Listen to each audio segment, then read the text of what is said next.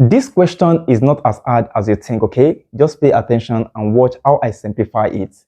Here you're asked to find the value of x in 3 raised to the power of 2020 plus 3 raised to the power of 2017 divided by 3 raised to the power of 2017 plus 3 raised to the power of 2014 equals to 3 raised to the power of x, okay?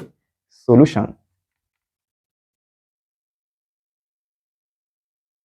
We have 3 raised to the power of 2020 plus 3 raised to the power of 2017 divided by 3 raised to the power of 2017 plus 3 raised to the power of 2014 equals to 3 raised to the power of x. Please pay attention. Do you know that 3 raised to the power of 2020 can be written as 3 raised to the power of 2017 multiplied by 3 raised to the power of 3? This is just law of indices.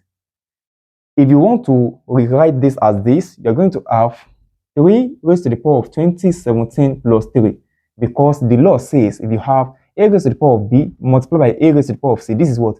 A raised to the power of b plus c. So if you add this to this, 2017 plus 3, you're going to have what? 2020. So you can see that we've not done anything, okay? We just apply the law of indices. So permit me to erase this back. Also, 3 raised to the power of 2017 can be written as 3 raised to the power of 2014, are you following? Multiplied by 3 raised to the power of 3. Okay? So the next step is that I'm going to replace 3 raised to the power of 2020 as this and 3 raised to the power of 2017 as this. Do you understand? So instead of 3 raised to the power of 2020, we're going to have this. 3 raised to the power of 2017 multiplied by 3 raised to the power of 3 plus 3 raised to the power of 2017 divided by 3 raised to the power of 2014 multiplied by 3 raised to the power of 3 plus 3 raised to the power of 2014. This will be equals to 3 raised to the power of x, right? Okay, now you can see that 3 raised to the power of 2017 is common at the numerator of this fraction, right? So I'm going to have 3 raised to the power of 2017. Because this is common, I'm going to factorize it out.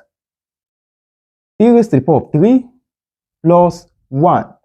Okay, this divided by, now you can see at the denominator of this fraction, 3 raised to the power of 2014 is common, right? So I'm going to have 3 raised to the power of 2014, 3 raised to the power of 3 plus 1.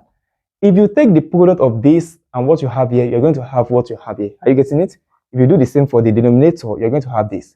So here, this will be equals to 3 raised to the power of x. 3 raised to the power of 2017 multiplied by 3 raised to the power of 3 is what? 9. 9 plus 1 is 10. So I'm going to have multiply 10 divided by 3 raised to the power of 2014 multiplied by 10. This will be equals to 3 raised to the power of x, right? This can eliminate this. So I'm left with 3 raised to the power of 2017 divided by 3 raised to the power of 2014. Is that not it? This will be equals to 3 raised to the power of x. Now, recall this law. If you have a raised to the power of b divided by a raised to the power of c, this is equals to a raised to the power of b minus c. Is that not it? Yes, it is. Okay? So that means that 3 raised to the power of 2017 divided by 3 raised to the power of 2014 can be written as 3 raised to the power of 2017 minus 2014. What will this becomes? I'm going to have 3 raised to the power of 3, right? Because 2017 minus 2014, you're going to have what? 3. So this becomes 3 raised to the power of 3 equals to 3 raised to the power of x. Now, because the base are the same, that means we can set the power to be equal. X will be equals to 3, which is the final answer. Do you understand? Thank you very much for watching. If you have any question as touching what we discussed in this class, do not forget to let me know in the comment section, okay? Before you go, don't forget to hit the like button and share the video, okay? See you in the next class.